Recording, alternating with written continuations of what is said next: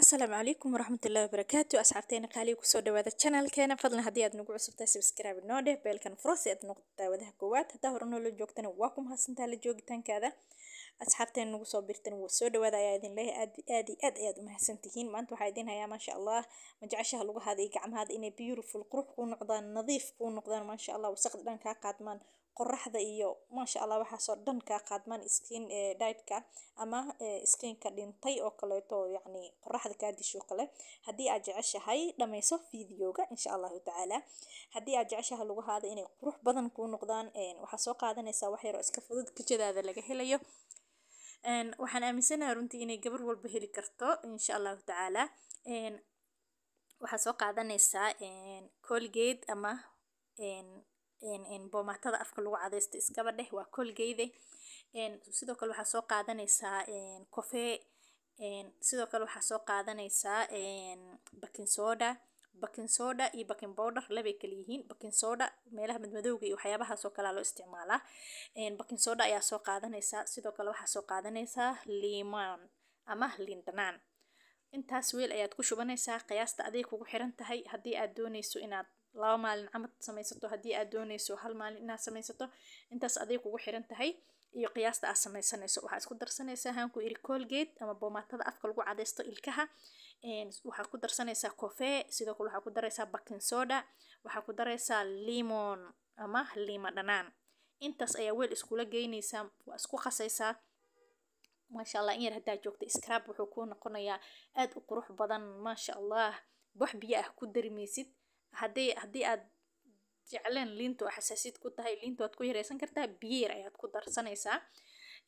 biyana ka dhigmaysid scrub oo kaleeta ayaad ka dhiganaysaa maasha Allah aad iyo aad ayuu ku caawinayaa insha Allah tacaala gacmaha oomada kaa dilootay iyo lugaha qorraxda kaaga dhacdhacday busta iyo boorka iyo maasha Allah aad buu kaaga qaadayaa lugahaada waxay noqonayaan luga soft ah qurux badan maasha Allah dhalaalaya scrub dambu u baahan maysa daa alaabtaas barato runtii labada gacmood inta hawsha lagu qabto oo kaleeto iyo lugaha oo kaleeto waxaa macquul ah inuu skin kale ama skinkiisi adeeg iyo waxaas ka noqday hadduu waxaasi adeeg iyo waxaasi ka noqday ama madmadow kaaga jiraan faraha iyo aad buu ku saacidayaa maasha Allah scrub-kani ku sameeyay gurigaada gabar walbo waa wax aanan effect lahayn way effective wax ah malahan runtii aad ayaan u heli doontiin insha Allah tacaala soo tijaabiya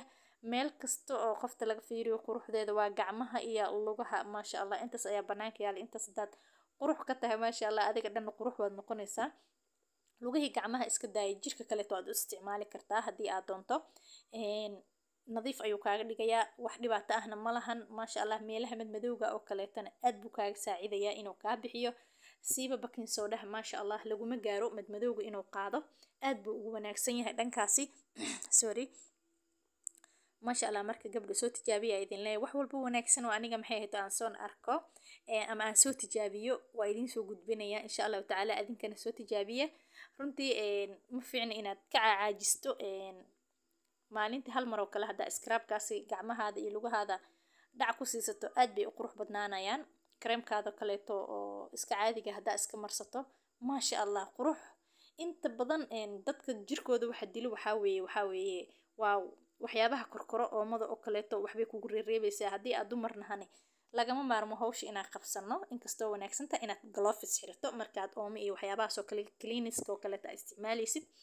marka soo dhawaada ayaa idin leeyahay taageera anigana insha Allah tacaala like t-shirt igu qabta aad baa u mahadsantihiin